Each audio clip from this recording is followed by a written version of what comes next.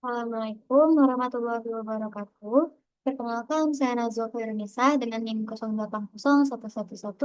0801118825300023 dari kelompok 3 Praktikum Algoritma Pemrograman. Di sini saya akan mengerjakan untuk soal nomor 5, yaitu soalnya adalah diminta untuk membuat program di mana user menginput N dan program akan menjumlahkan angka ganjil pada isi variabel N tersebut. Contohnya, misalnya kita input 1, 2, 3, 4, 5, maka dia akan melakukan penjumlahan 1 ditambah 3 ditambah 5.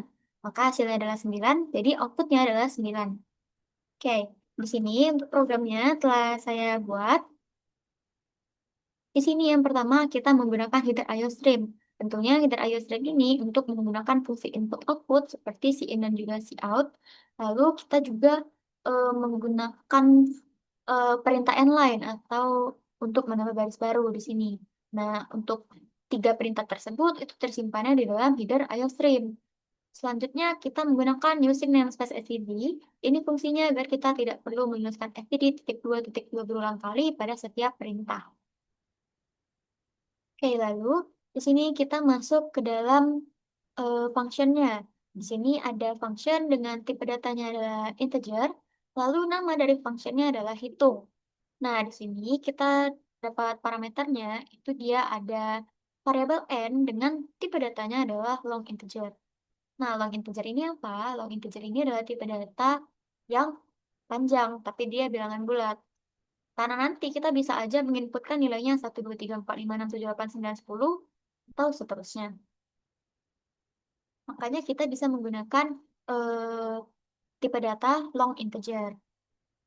Lalu kita masuk ke bagian dalam dari functionnya ini.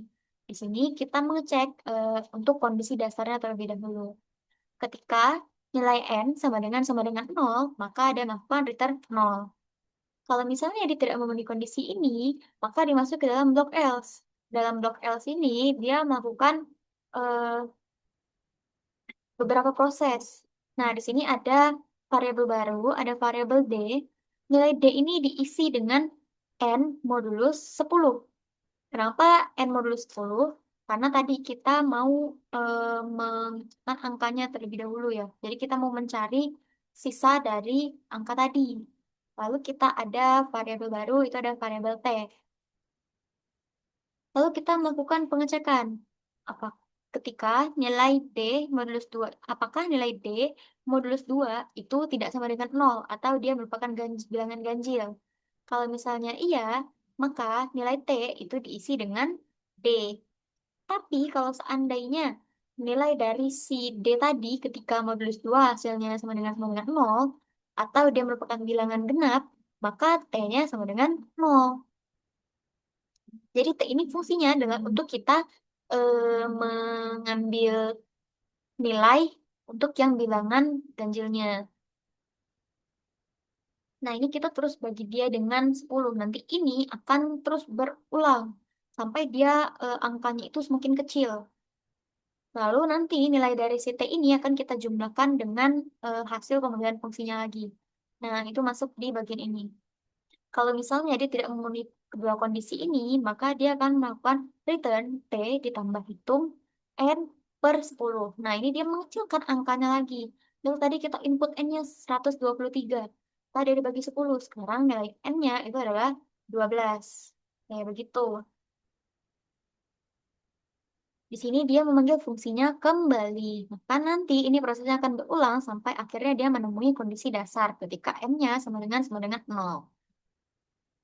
Nah, kapan N-nya itu sama dengan 0, itu ketika nanti hasil pembagiannya atau N per 10-nya ini hasilnya adalah 0 atau mungkin 0, sekian. Karena dia integer, maka dia hanya akan terbaca sebagai 0.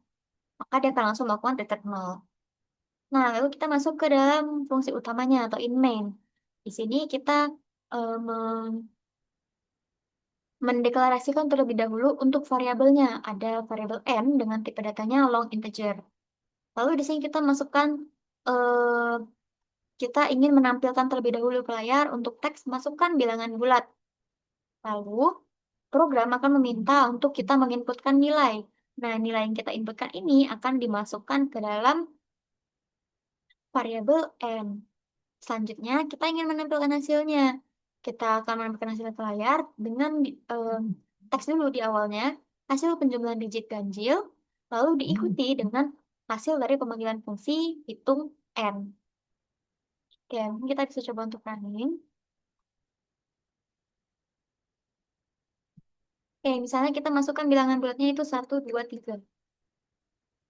Nah, ini hasil penjumlahan digit ganjilnya adalah 4, karena kita menambahkan 1 dan juga 3.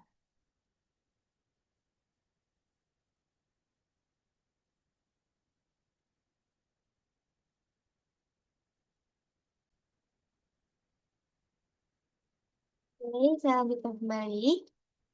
Sekarang kita masuk ke dalam logika dan deskripsi programnya. Nah, program ini dimulai dengan memesan tempat di memori komputer melalui deklarasi variabel n bertipe long integer. Maaf, terdapat kesalahan di sini. Long integer untuk menyimpan sebuah bilangan bulat, serta mendefinisikan fungsi rekursif hitung yang digunakan untuk menghitung jumlah digit ganjil dari bilangan tersebut. Setelah variabel disiapkan, program meminta pengguna untuk memasukkan sebuah bilangan bulat, kemudian memproses bilangan tersebut dengan cara mengambil digit terakhir menggunakan operasi modulus.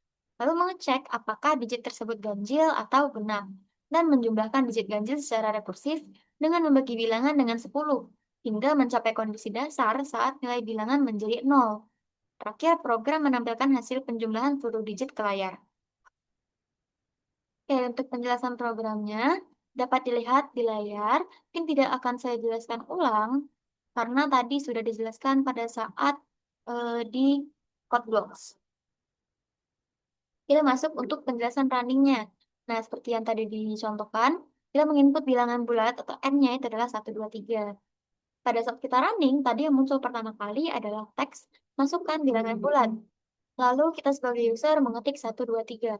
Maka nilai N itu adalah 123 sekarang. Lalu program memanggil fungsi hitung 123 untuk diproses. Nah, di pemanggilan pertama, parameternya tadi diterima N-nya sama dengan 103, 123. Lalu dia lakukan pengecekan kondisi. Apakah nilai N tadi sama dengan 0? Apakah 123 sama dengan 0? Tidak, maka dia masuk ke dalam blok else. Lalu kita akan mengambil digit yang terakhirnya. 123 dibagi dengan 10, sisa hasil baginya disimpan ke dalam D. Nah, kita dapatlah digit terakhirnya tadi adalah 3. Lalu kita cek apakah dia itu bilangan ganjil. Apakah 3 modulus 2 tidak sama dengan 0? Ternyata iya. Nah, karena ganjil maka variabel T itu sekarang diisi dengan 3. Lalu program langsung melanjutkan ke return 3 ditambah hitung 12. Nah, kenapa hitung 12? Karena tadi kita bagi dia dengan 10. Lalu lanjut, kita panggil fungsi hitung kembali. Nah, di sini kita masuk ke dalam hitung 12. 12 ini tadi hasil dari pembagian 123 dengan 10. Karena dia bilangan bulat, maka angka di belakang koma tidak dihitung. Nah, di sini kita dapetinlah parameter yang kedua, itu adalah 12 untuk nilai N-nya. Lalu dia cek apakah N-nya ini sama dengan 0. Ternyata tidak, karena 12 tidak sama dengan 0. Lalu kita masuk ke dalam blok else. Sama seperti tadi, kita ambil digit terakhirnya dengan kita melakukan pembagian, lalu sisa hasil baginya disimpan ke dalam D. 12 modulo 10 hasilnya adalah 2. Atau sisanya adalah 2, maaf. Lalu kita mengecek apakah dia merupakan bilangan ganjil. Apakah 2 modulus 2 itu tidak sama dengan 0? Ternyata tidak, karena dia genap, maka variabel T-nya sekarang itu adalah 0. Maka program menyiapkan operasi return 0 ditambah hitung 1. Jadi dari 12 dibagi 10 hasilnya adalah 1,2. Maka karena dia bilangan bulat hanya diambil angka di depan komanya saja, di belakang koma tidak dianggap. Lalu dia panggil fungsi hitung lagi. Kita dapat nilai N-nya sekarang adalah 1. Dia mengecek apakah 1 sama dengan 0. Ternyata tidak, maka masuk ke dalam blok else. Jadi kita ambil digit terakhirnya, 1 modulus 10, itu sisanya adalah 1. Lalu dia cek apakah dia ganjil. 1 dibagi dengan 2, lalu sisanya apakah dia sama dengan 0? Tidak sama dengan 0, iya. Karena dia ganjil, maka variabel T sekarang adalah 1. Lalu program melakukan return 1 ditambah hitung 0. Karena tadi 1 dibagi dengan 0 hasilnya adalah 0, sekian. Maka dia hanya mengambil bilangan di depan komanya aja, 0. Seperti yang sudah saya jelaskan tadi. Nah, sekarang kita panggil eh, fungsi hitung 0.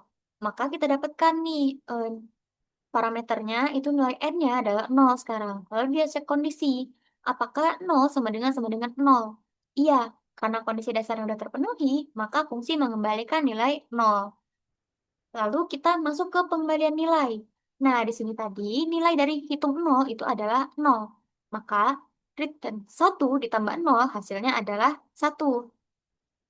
Nilai 1 ini dikirimkan ke pemanggilan kedua. Nah, nilai 1 ini tadi, itu kan dia adalah nilai dari si fungsi hitung 1. Nah, fungsi hitung 1, maka dapat nilainya adalah 1. 0 ditambah 1 hasilnya adalah 1. Begitu juga seterusnya. Sampai akhirnya kita mengirimkan nilai 1 itu ke pemanggilan pertama, lalu 3 ditambah 1 hasilnya adalah 4. Lalu program mencetak hasil akhir ke layar dengan teks hasil penjumlahan digit akhir, lalu diikuti dengan hasil pemanggilan tadi adalah 4. Lalu programnya berakhir. Oke, ini untuk pseudocode-nya kita mulai dari mendeklarasikan, kita membuat pseudocode untuk program utamanya dulu, fungsi utamanya. Itu ada variabel n dengan tipe datanya adalah long integer. Lalu kita memulai programnya, begin, diapit dengan begin dan end. Lalu di dalamnya tadi kita diminta untuk menginputkan nilai dari si n. Nah, untuk fungsi si in itu dalam pseudocode diganti dengan read. Lalu tadi kita ingin menampilkan hasilnya. Nah, di sini kita nggak perlu menampilkan teks-teks tadi yang nggak penting, karena itu cuma sebagai hiasan. Di sini kita langsung aja, untuk fungsi si out kita ganti dia dengan write jika di pseudocode. Jadi write hitung n. Lalu n. Nah, ini untuk fungsinya tadi. Ini untuk fungsi hitung. Jadi kita deklarasi variabelnya, ada variabel n tadi kan di parameter, dengan tipenya itu long integer. Lalu kita cek kondisi, apakah n itu sama dengan 0. Nah, seperti yang di sebelum-sebelumnya, if itu diikuti dengan then.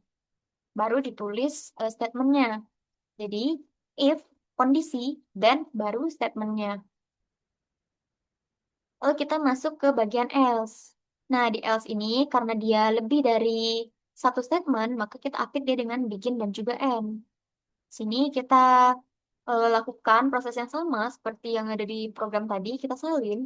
Yang membedakan adalah untuk sama dengan atau untuk pengisian nilai, itu di pseudocode kita ganti menjadi tanda panah ke arah kiri, itu dibaca diisi dengan.